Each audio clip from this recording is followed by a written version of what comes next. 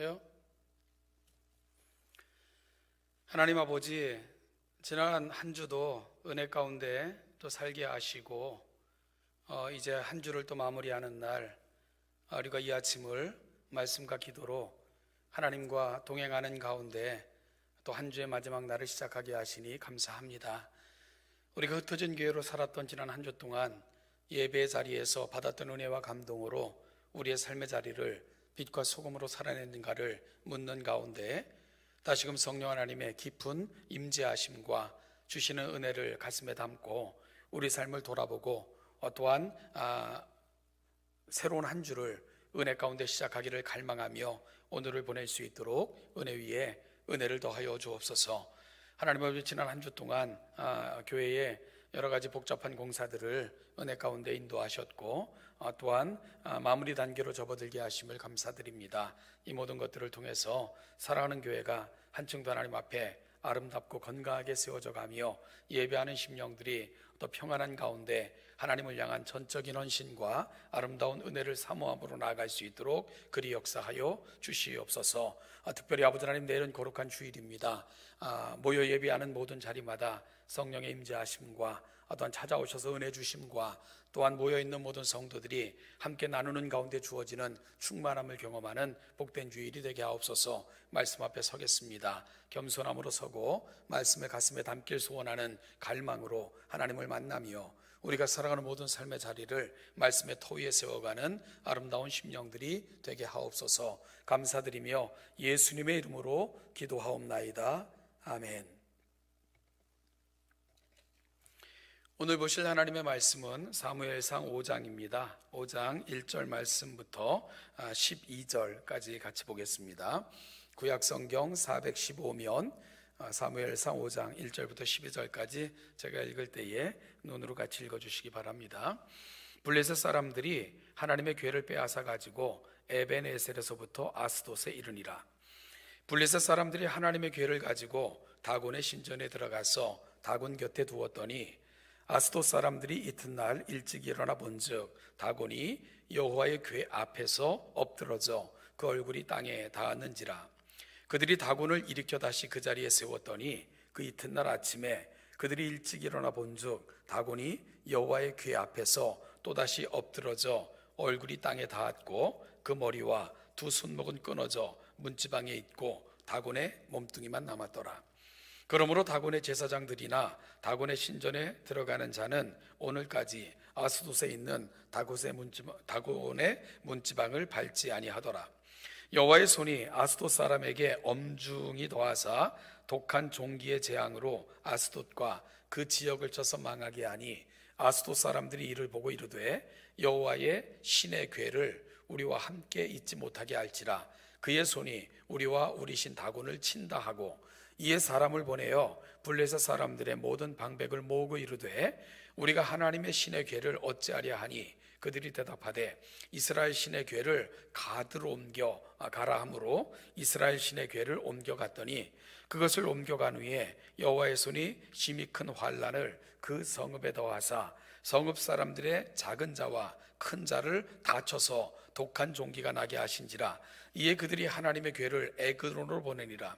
하나님의 궤가 에그론에 이른즉 에그론 사람이 부르짖어 이르되 그들이 이스라엘 신의 궤를 우리에게로 가져다가 우리와 우리 백성을 죽이려 한다 하고 이에 사람을 보내어 블레셋 모든 방백을 모으고 이르되 이스라엘 신의 궤를 보내어 그 있던 곳으로 돌아가게 하고 우리와 우리 백성이 죽임 당함을 면하게 하자 하니 이는 온 성읍이 사망의 환난을 당함이라. 거기서 하나님의 손이 엄중하심으로 죽지 아니한 사람들은 독한 종기로 치심을 당해 성읍의 부르짖음이 하늘에 사무쳤더라. 아멘. 오늘 본문을 이해하려면 어제 살펴봤던 사무엘상 4장의 말씀을 다시 한번 기억하는 것이 중요할 것입니다. 사무엘상 4장은 이스라엘과 블레셋이 치루었던 전쟁에 대한 기사를 기록하고 있는데요. 이 전쟁에서 이스라엘은 아주 비참하게 패배를 당하게 되죠. 엘리 제사장의 두 아들은 죽임을 당했고요. 그들이 지고 나갔던 법궤는 블레셋 사람들에게 빼앗겨서 법궤는 블레셋 땅으로 옮겨지게 되는 처참한 결과를 맞았기 때문입니다. 오늘 본문은 그 다음 이야기를 전하고 있는데요, 블레셋 사람들이 이렇게 하나님의궤를 빼앗아 가지고 에벤에셀에서부터 아스돗에 이르니라. 이 아스돗에는 다곤의 신전, 다곤의 신상을 섬기는 신전이 있었는데 그 다곤 신 곁에 여호와의 궤를 놓게 된 것입니다. 그런데 아주 기이한 일이 그 신전에서 일어나게 되는 거예요. 다곤 신 옆에 여호와의 법궤를 놓았는데 그 다음날 다곤 신전으로 가봤더니 여호와의 궤 앞에 다곤 신이 엎드러져 있는 것입니다. 마치요 엎드려 절하는 것처럼 하나님의 궤 앞에 다곤 신이 머리를 땅에 댄 채 엎드려져 있었던 거죠. 그래서 이 다곤 신을 섬기는 사람들은 이게 어찌된 일인가 하면서 다시 다곤 신을 일으켜 세워 놓게 되는 거죠. 그리고 다음 날 또 가보니까 다시 다곤 신 상이 여호와의 법궤 앞에 엎드러져 있는데 이번에는 그 머리와 두 손목이 끊어져서 문지방에 흩어진 채 그렇게 비참한 모습으로 다곤 신상이 여호와의 법궤 앞에 널브러져 있었습니다. 그래서 오늘 본문을 보면 그러므로 다곤의 제사장들이나 다곤의 신전에 들어가는 자는 오늘까지 아스돗에 있는 다곤의 문지방을 밟지 아니하더라. 왜냐하면 그곳에 그들이 섬기는 신상이 널브러져 있었던 곳이기 때문입니다. 여러분, 여기서 또 한 가지 어려운 일이 그 땅에 벌어지기 시작을 했는데요, 6절 이하의 말씀을 보니까 여호와의 손이 아스돗 사람에게 엄중히 더하사 독한 종기의 재앙으로 아스돗과 그 지역을 쳐서 망하게 하였다라고 표현을 하고 있기 때문입니다. 그러니까 여호와의 법궤가 있었던 그 지역에는 다곤 신이 수치를 당했을 뿐만 아니라 그를 섬기는 그리고 그 지역을 살아가는 사람들에게는 이 법궤로 말미암아 재앙이 더하는 이런 결과가 나타나게 된 것입니다. 그래서 다급해진 아스돗 사람들이 그 여호와의 법궤를 가드로 보내게 되는 것입니다. 그래서 가드로 그 법궤를 옮겨갔는데 그 가드에서도 어떤 일이 벌어지게 됩니까? 9절 말씀을 보니까 그것을 옮겨간 후에 여호와의 손이 심히 큰 환난을 그 성읍에 더하사 성읍 사람들의 작은 자와 큰 자를 다쳐서 독한 종기가 나게 하신지라. 이에 그들이 여호와의 법궤를 에그론으로 보내니라. 이렇게 이야기하면서 지금 여호와의 법궤는 순회하듯이 이 지방 저 지방으로 돌아다니는 그런 형태가 되어버린 것입니다. 여러분, 오늘 본문의 이야기를 통해서 저와 여러분들에게 드는 생각은 무엇입니까? 오늘 본문은 사실은 이스라엘 백성들에게 아주 큰 도전과 그리고 또한 아주 큰 신앙의 각성을 보여주고 있는 그런 본문이기도 합니다. 여호와의 법궤가 왜 이 블레셋 사람들의 손에 들어가게 됐고요, 여호와의 법궤가 왜 이방신 곁에 마치 이방신을 섬기는 것처럼, 섬기는 자인 것처럼 놓여지게 된 것입니까? 여러분, 그것은 여호와가 무능하기 때문 아니잖아요. 여호와가 블레셋이 섬기는 이 다곤 신만도 못하기 때문에 하나님이 지금 이런 수치를 당하고 있는 것 아니지 않습니까? 바로 이스라엘 백성들의 죄 때문입니다. 어찌 보면 여호와의 법궤는 이스라엘 속에 거하실 수가 없어서 이스라엘 백성들을 떠나신 하나님을 상징적으로 보여주고 있는 것입니다. 이스라엘 백성들이 하나님을 하나님으로 인정하지 않았고요, 그 하나님이 원하시는 방식대로 섬기지 않았고 그들은 흉내만 냈고 형식주의에 빠져 있었던 것이 당시 이스라엘 백성들 신앙의 모습이었습니다. 그럴 때 하나님께서 친히 이방인의 포로가 되신 것입니다. 그렇게 친히 이방인의 포로가 되신 하나님은 스스로를 증명하고 계신 것인데, 먼저는 다곤 신상을 부서뜨리고, 다곤 신은 정말로 아무 의미가 없는 우상인 것과 오직 살아계신 신은 하나님 당신뿐이신 것을 스스로 입증하시고 증명해 보여주고 계신 것입니다. 그러자 여러분, 여호와의 법궤가 있었던 지역 사람들이 깜짝 놀라게 되잖아요. 그들의 신상은 부서져서 널브러져 있지를 않나? 그리고 여호와의 법궤가 있었던 그 지역에는 큰 환란이, 큰 종기와 같은 재앙이 임하질 않나? 그래서 다급하게 다른 지역으로 여호와의 법궤를 옮기게 되는 거죠. 그런데 옮겨간 그 지역에서도 똑같은 현상들이 벌어지게 됐고요. 다급해진 그들은 또 다른 지역으로 여호와의 법궤를 보내게 됩니다. 그런데 그 지역에서도 더한 그런 재앙과 그런 심판이 임하게 되는 것, 오늘 본문의 사건이 보여주고 있는 기사들입니다.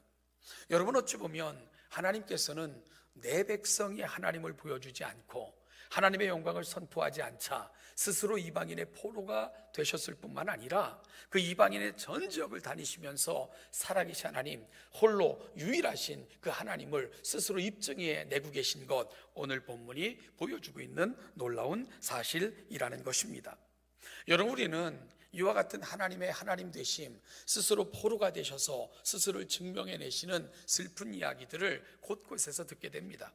후에 이스라엘 백성들이 죄악으로 말미암아 블레셋에 의해 완전히 멸망당하게 되지 않습니까?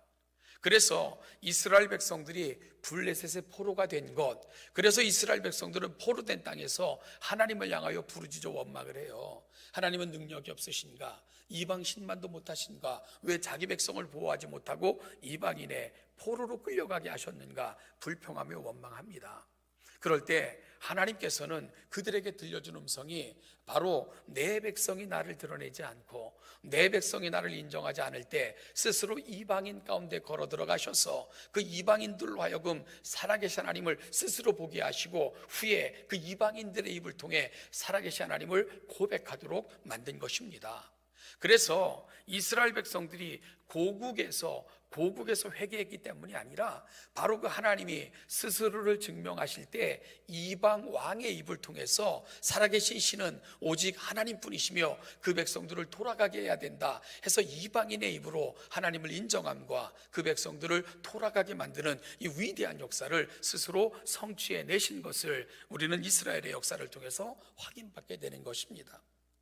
후에 이 땅에 오신 하나님께서도 내 백성이 하나님의 백성이라 부르심을 받은 사람들이 하나님을 드러내지 못했을 때, 그 하나님의 영광을 선포하지 않을 때 뭐라고까지 말씀을 하셨습니까? 너희들이 나의 영광을 드러내지 않는다면 이 돌들로도 소리질러 내 영광을 드러내게 할 것이고 나는 이 돌들로도 아브라함의 자손이 되게 할 수 있다라고 말씀하신 분이 바로 이 땅에 오신 하나님이셨습니다. 사랑하는 우리 동천교회 성도 여러분, 오늘 우리는 이 시대를 살아가면서 우리가 하나님을 하나님답게 그 이름을 세상에 선포하며 그 하나님이 유일하신 하나님을 우리는 보여주며 드러내며 살아가고 있는가? 어찌 보면 오늘 사무엘상 5장에서 보는 이 슬픈 현상이 오늘 하나님을 향한 우리가 보여드리는 안타까운 모습은 아닌가 돌아볼 필요가 있지 않겠습니까? 그렇다면 오늘 이 본문이 들려주는 메시지 앞에 저와 여러분들이 나아가야 될 자리는 뭘까요? 전심으로 여호와께 돌아가셔야 됩니다. 우리의 죄악을 돌이켜서 하나님을 하나님답게 섬기겠다고 다짐하셔야 됩니다. 그리고 또한 이 세상에 하나님은 유일하신 하나님이신 것을 보여주는 하나님의 자녀로서의 온전한 삶을 살기로 다짐하셔야 됩니다. 그럴 때 하나님은 저와 여러분 가운데 교회로 돌아오실 것입니다. 그리고 교회를 통해서 하나님의 거룩한 영광을 드러내실 것이고 세상이 하나님을 알게 하는 위대한 일에 저와 여러분들을 사용하실 것입니다. 그렇지 않다면 오늘 하나님의 외로운 순회, 안타까운 순회는 계속될 수밖에 없다는 것을 우리가 기억하면서 전심으로 여호와께로 돌아가기로 힘쓰고 애쓰는 오늘 이 아침이 될 수 있기를 간절히 소원합니다. 하나님이 우리 가운데 돌아오셔서 우리를 통해 영광을 선포하시고 세상에 보여주시는 그 위대한 일에 저와 우리 동천교회 사랑하는 성도들 그리고 이 땅에 세워진 교회들이 그 역할을 잘 감당할 수 있게 되기를 주님의 이름으로 간절히 소원합니다.